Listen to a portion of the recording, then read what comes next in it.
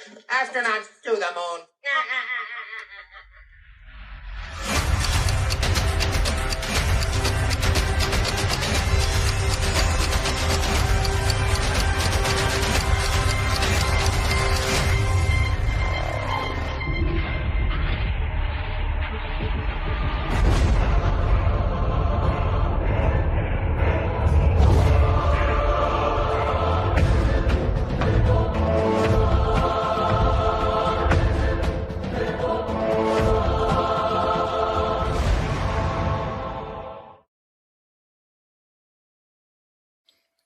What's going on, everyone? It's Jeranism, back again with another video for you. Today I wanted to talk about this world that we live in, the globally accepted pretend land, otherwise known as the spinning ball Earth. Now, some people, and I'll call them human beings, they still have control of their faculties, and so they can think for themselves, they can see past the deception. But simply put, there's others. And the other group, I'll call them not human beings, but rather we already know these things. We like to trust and take others' word for it. You know them, the brave types that think they're smart, so they go out on a limb and trust science, who is 100% right today.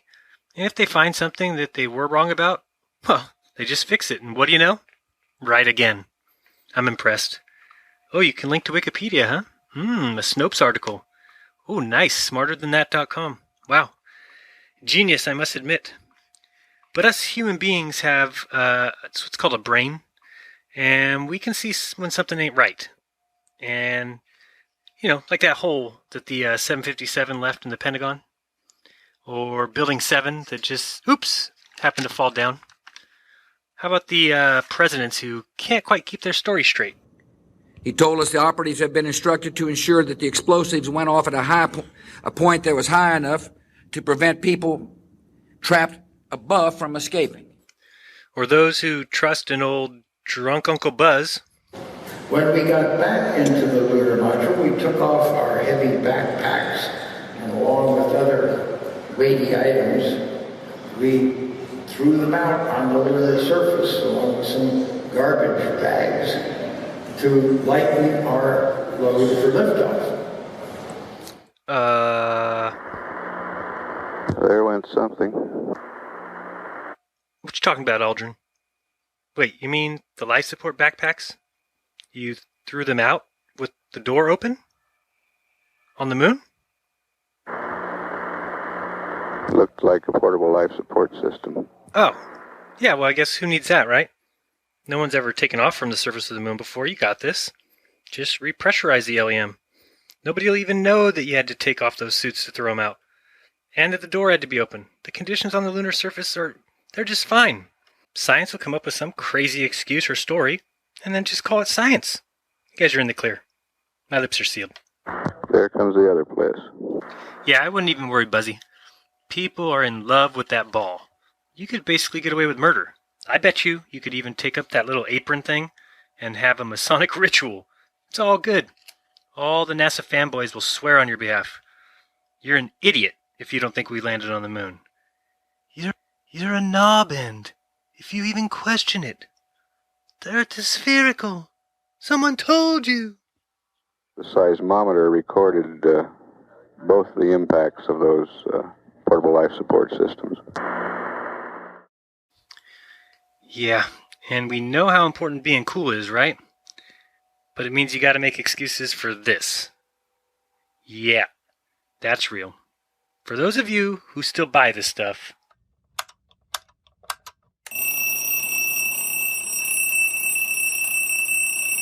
wake up.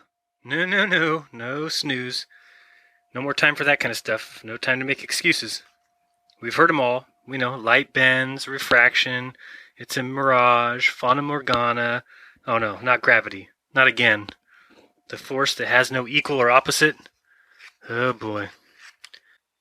I can't take it anymore. So atmospheric refraction is a deviation of light from a straight line as it passes through the atmosphere due to the variables in the air density as a function of altitude. Near the ground or near the water, it can produce mirages and can make distant objects, appear to shimmer or ripple, to elevate or lower, to stretch or shorten, and can appear with or without a mirage. Atmospheric refraction causes items to appear higher in the sky than they are. Scattering of ice crystals and other particles are responsible for other such phenomenon as halo, afterglows, rays of sunlight, and sundogs. Those ice crystals. Look, guys, trust who you want. You want to believe that this all exists, and then at the same time believe that 40 million pounds of micrometeoroids make it to Earth's surface every year?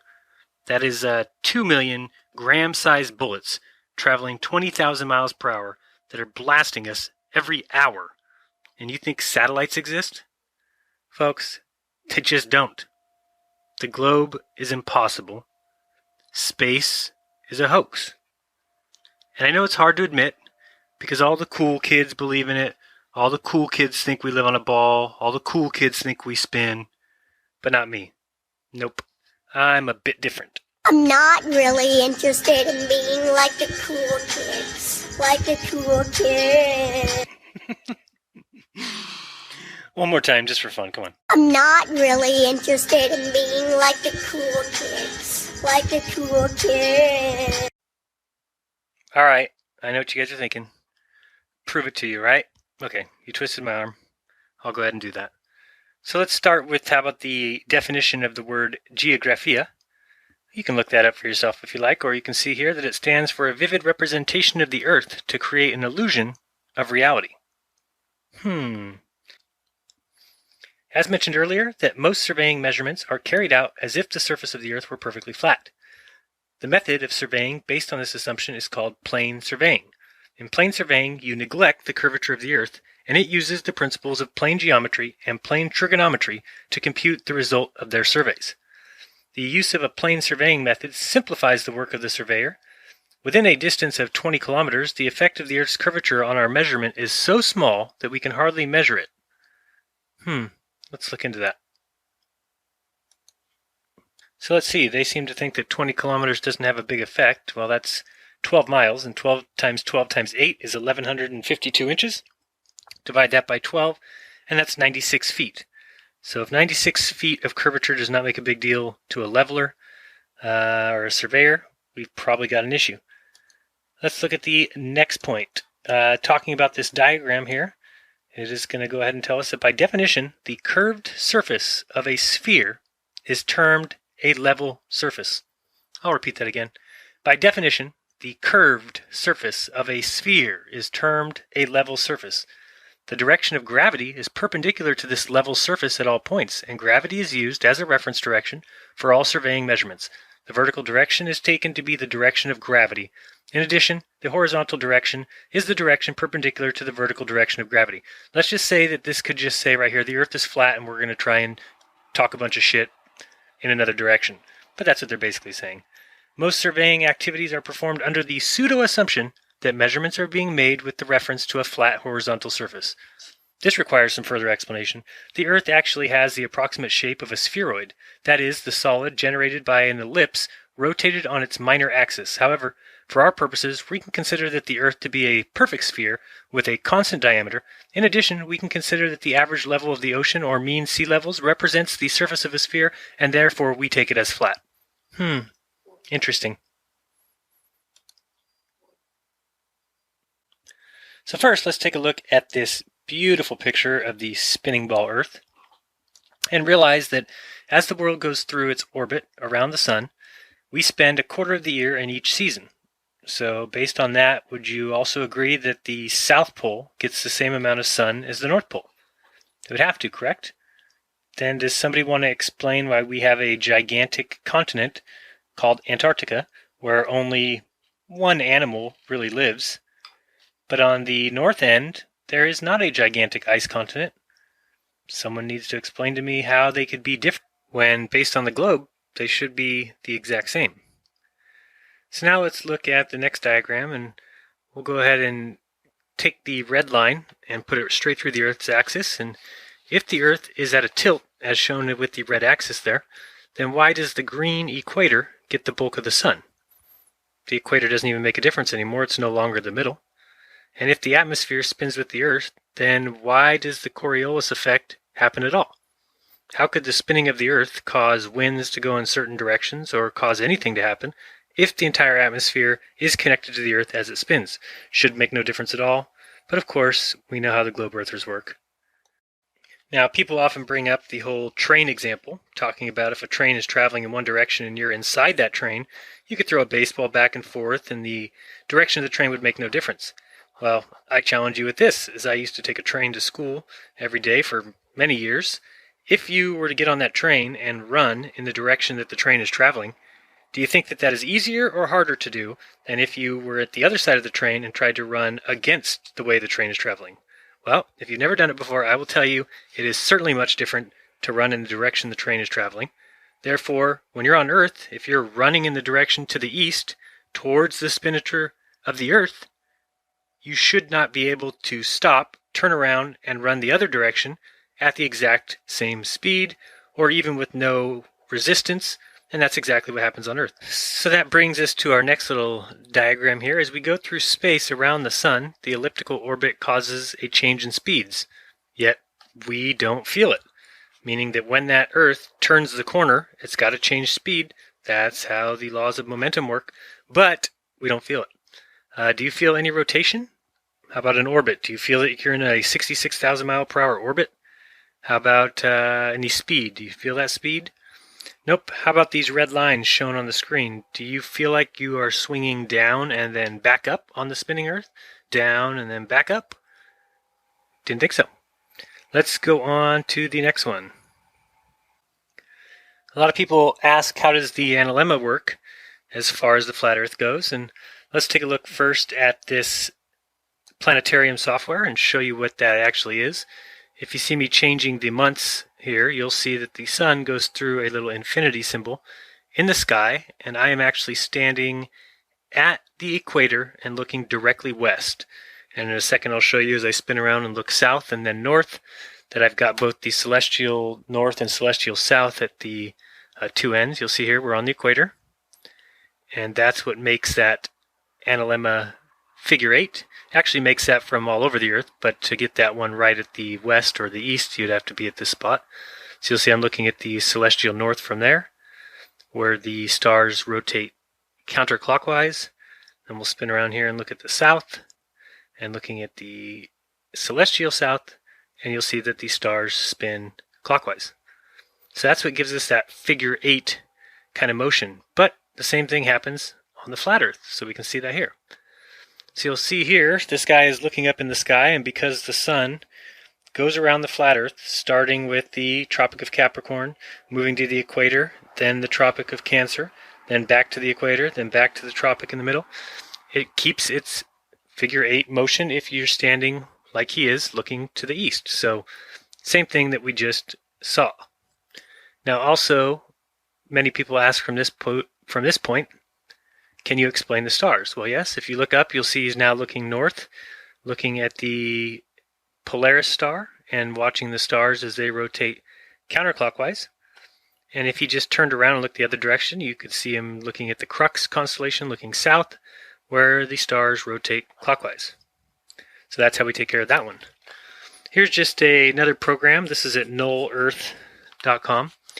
And you can see by just picking something, I think here we're looking at the air temperature at a height of 70 mph, and you'll see it just kind of, it's a little bit iffy. Doesn't really look like it makes a lot of sense on the globe. I guess it could make a little sense. We'll spin it here and give it more of a tilt like the Earth has. And you'll see it just kind of gets stagnant there in the middle. Doesn't make a lot of sense. Let's try the flat Earth, see if it's any different.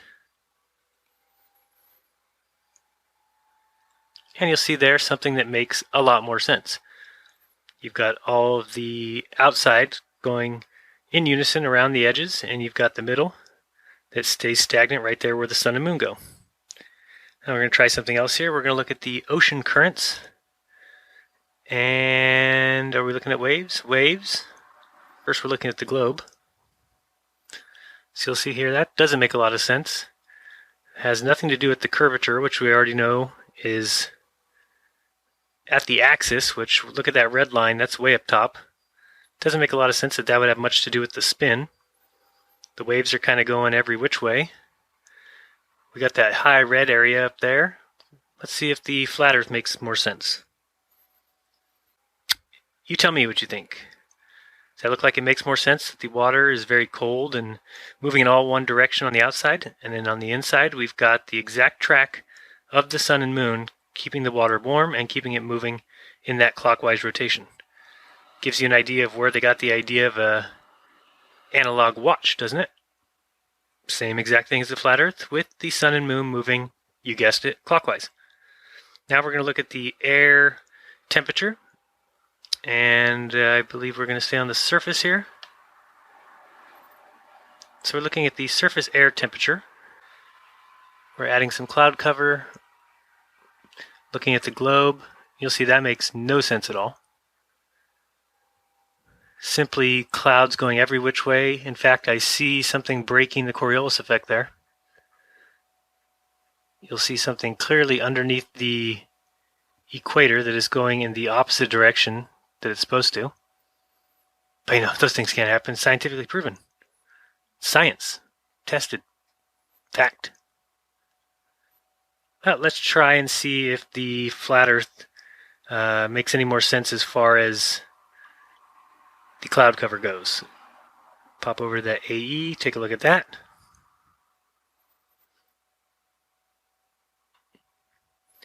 And again, we've got something that makes a little more sense. We've got the clouds just kind of staying where they're at, right there in the path that the sun and moon take. And the ones on the outside moving at a much quicker speed in the opposite direction. Have you guys ever looked up in the sky and seen two layers of clouds? Looks like one set of clouds is going one way, the other set's going the other way. Certainly looks like what we see on a flat Earth, whereas the globe had clouds going 45 different kinds of ways. Didn't make a lot of sense. Let's do a visual experiment. Join me. So first we've got this guy here at the North Pole, and we're going to call him number 1. So that must be me. Ha! Did you get it? No? Then next to him, to his right, is going to be number 2. Next, what we're going to do is continue that path of people. You can pretend they're holding hands if you want. I don't know. If it makes you feel weird, they don't have to hold hands.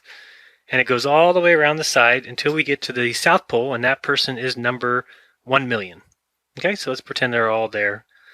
Now we're going to start with number 1,000,001 and head back up to the other side, going back up to the North Pole, where that person would be number 2 million. Now notice that we're all facing the same direction.